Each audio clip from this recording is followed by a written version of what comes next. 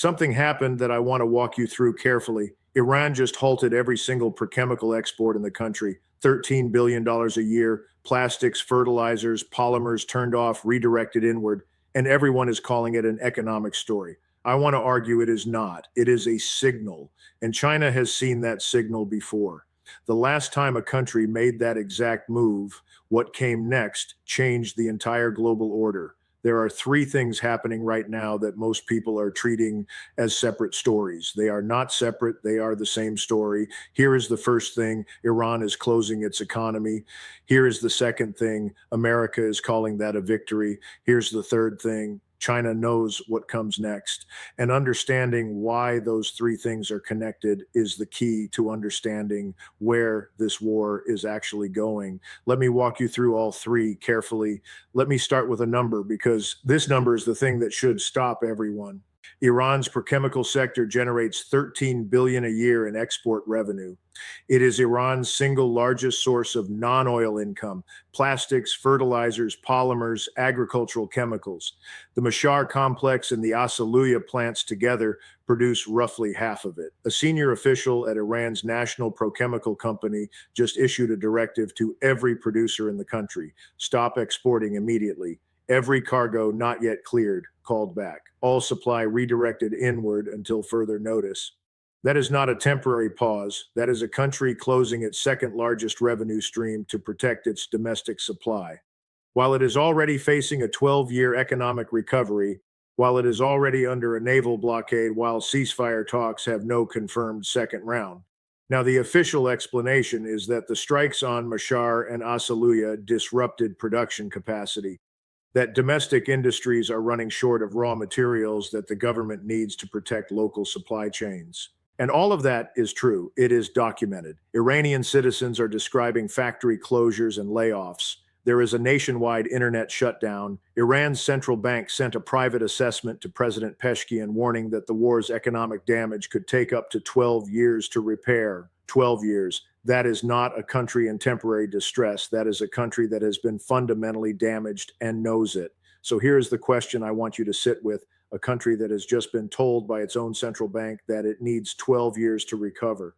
That country's first major economic decision is to stop exporting, to close itself off from the revenue that normally comes in, to turn inward. Why? The simple answer is domestic necessity, and that is partly true. But the simple answer does not explain the timing. The strikes happened in early April. The ceasefire was already in place, and then the blockade began. The directive came the same day as the blockade, not a week later, not after negotiations failed, the same day. That is not coincidence. Iran did not try to fight through the blockade. Iran did not try to negotiate around it. Iran turned its economy inward the same moment the blockade went up. And that specific move, same day, same direction, no hesitation, is the one that China recognizes. Here's the second thing: America is calling this a victory. Hegseth stood at the Pentagon podium and said, and I want you to hear the exact words: while you are digging out, we are only getting stronger. He said the blockade is the polite way this can go. He said the U.S. is locked and loaded on Iran's power grid, its energy infrastructure, its civilian electricity supply. And then he said the sentence I want you to hold on to: you can't control anything. Now, I want to steal this position before I explain why I think it misses something important. Because Hegseth is not wrong about the economic pressure. The blockade is working in the narrow sense. Ships have been turned back. The squeeze has tightened. Iran's export revenues are under severe pressure from multiple directions simultaneously. The 12-year central bank assessment is real. The factory closures are real. The internet shutdown is real. America has done serious sustained economic damage to Iran. Hegseth is right about the numbers. What Hegseth may be wrong about is what those numbers produce. Here is the framework I want to use. I call it the cornered state pattern. It works like this: when you apply maximum pressure to a country that is already damaged, you create one of two outcomes.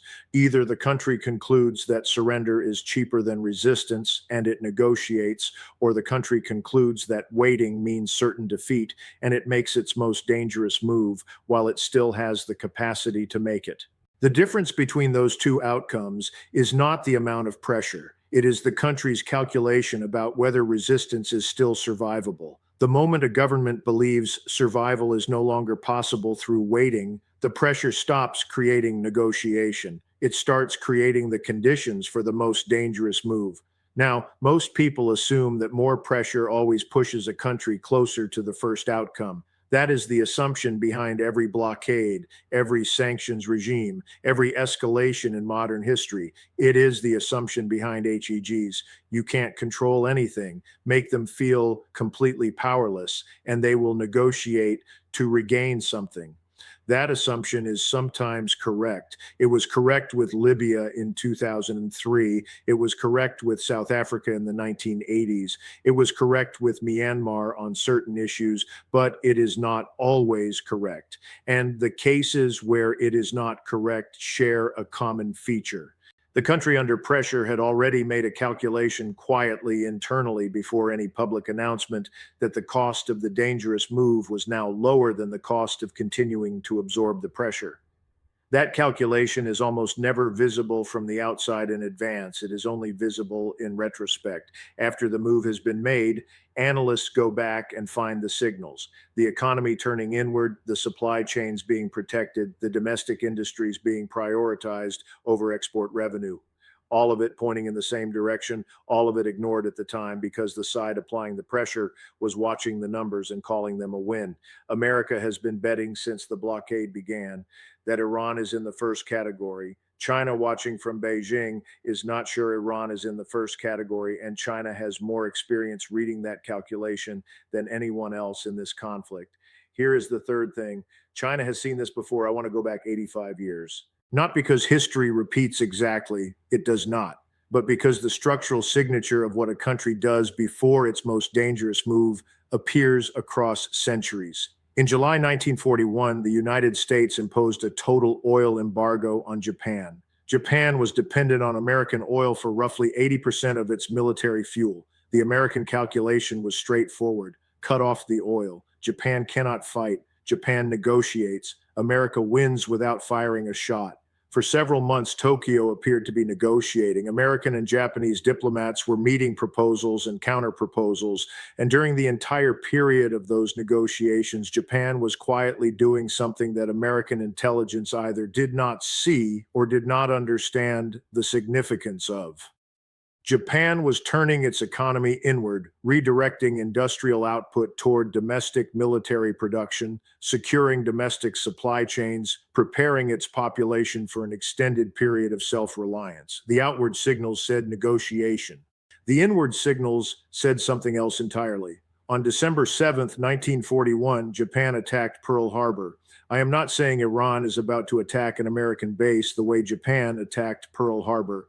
I am saying the cornered state pattern has a specific signature, and that signature includes turning the economy inward, protecting domestic supply, cutting off export revenue, because you have already decided that what comes next is not going to be a trading relationship with the outside world.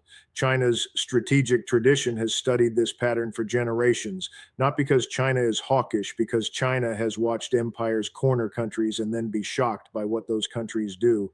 China knows exactly what it looks like when a state stops playing by the rules of the global system and starts playing by the rules of survival. And China has 1.22 billion barrels of strategic crude reserves built over 2 years from sanctioned Iranian and Russian oil, positioned precisely so that when the moment came, China would not be the country scrambling for supply. That reserve was not built in reaction to this war. It was built in anticipation of exactly this kind of moment. Think about what that preparation actually means. When the Strait of Hormuz closed and Brent crude spiked past $120 a barrel, China did not panic. Its markets remained stable. Its refineries kept running, while Japan, South Korea, Germany, and the United Kingdom were scrambling for alternatives. While Europe was discovering it had 6 weeks of jet fuel left, China was sitting on 120 days of supply cover at normal import levels. The International Energy Agency described this as the largest energy crisis the world has ever faced. China called it a manageable situation. That gap in reaction is not luck.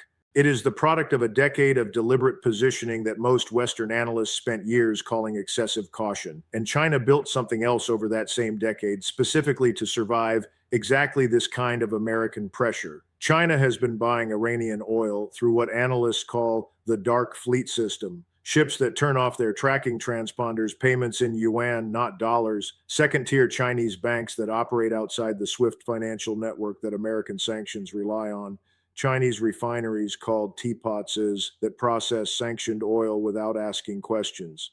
China built this entire architecture specifically so that when America tried to use economic pressure to cut Iran off, the system would hold, and the system has held. Iran has been exporting oil above its pre war average through the darkest weeks of this conflict because China built the infrastructure to make that possible years before the first American bomb fell. China is watching Iran right now, not because it wants Iran to make a dangerous move. China does not want that.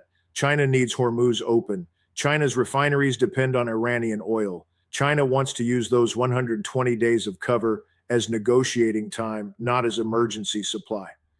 But China also understands something Washington appears not to understand. The way you pressure a country into making a deal is completely different from the way you pressure a country into making its most dangerous move. And right now, the evidence suggests America is doing the second thing while believing it is doing the first.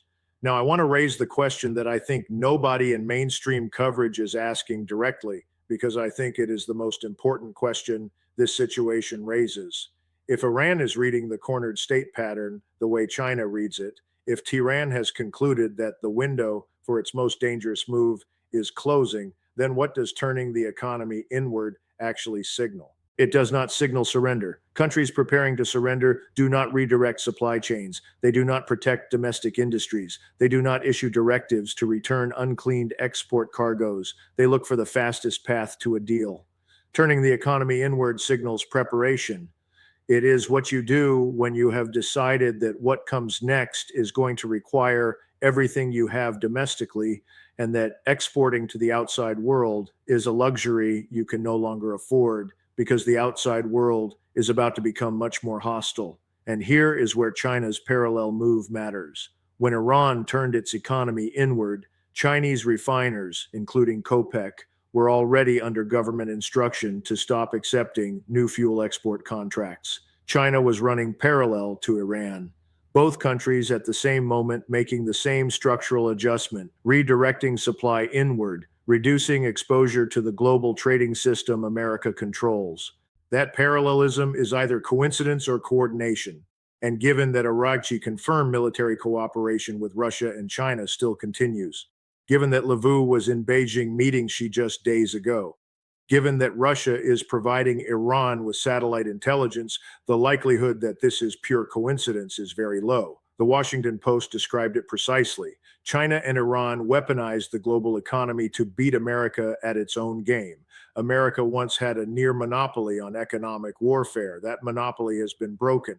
And the way it was broken through years of patient, quiet system building that most Western analysts dismissed as noise is exactly how China operates when it has decided which direction history is moving. There are three paths from this moment. The cornered state pattern tells us what each one looks like. The first path is the Libya path. Muammar Gaddafi in 2003 looked at the pressure he was under, looked at what had just happened to Saddam Hussein in Iraq, and concluded that a deal on American terms was better than any alternative. He surrendered his weapons program entirely. He survived for another 8 years. He remained in power. This is the path Hegseth believes Iran is on. It is possible. But Libya was not facing 12 years of reconstruction. Libya had not had its supreme leader assassinated on day one. Libya did not have over 3,000 documented civilian deaths from 40 days of bombing.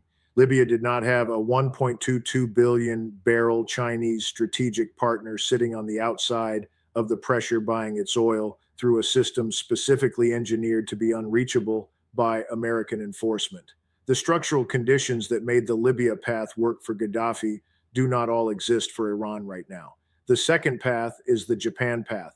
Iran concludes exactly as Japan concluded in 1941, that the window for its most dangerous move is closing. That waiting means certain defeat.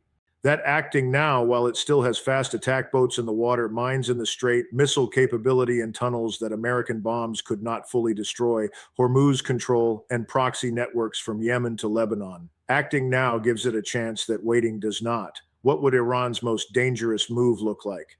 It does not have to be a direct military confrontation. It could be releasing the Houthis in Yemen to resume full Red Sea operations simultaneously with Gulf operations, creating two choke points at once, affecting 30 to 40% of global seaborne trade. It could be a decision about uranium enrichment that crosses a threshold the entire world has been watching. The nature of the cornered state pattern is that the move is always something the pressure side says the country would never do because the pressure side keeps calculating based on the cost it would bear, not the cost the cornered state has already decided it can absorb.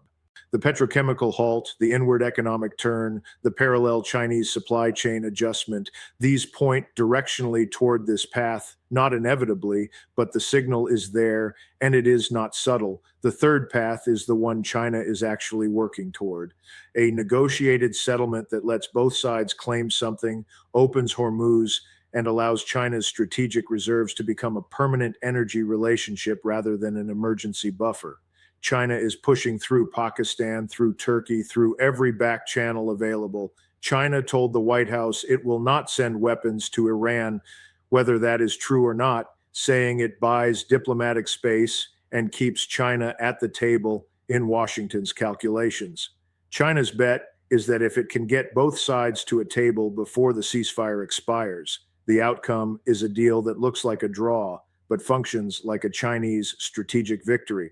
Iran survives. Hormuz reopens. America declares victory. China gets permanent structural energy independence from American maritime control, which is the thing China has been building toward for a decade, and which the Power of Siberia 2 pipeline, now appearing in China's official 5-year plan, would cement permanently. That is a very good outcome for China, and China is working hard to produce it. That third path is possible, but it requires Iran to believe it has more to gain from a deal than from escalation. And right now, the signal Iran is sending is not the signal of a country preparing to accept a deal.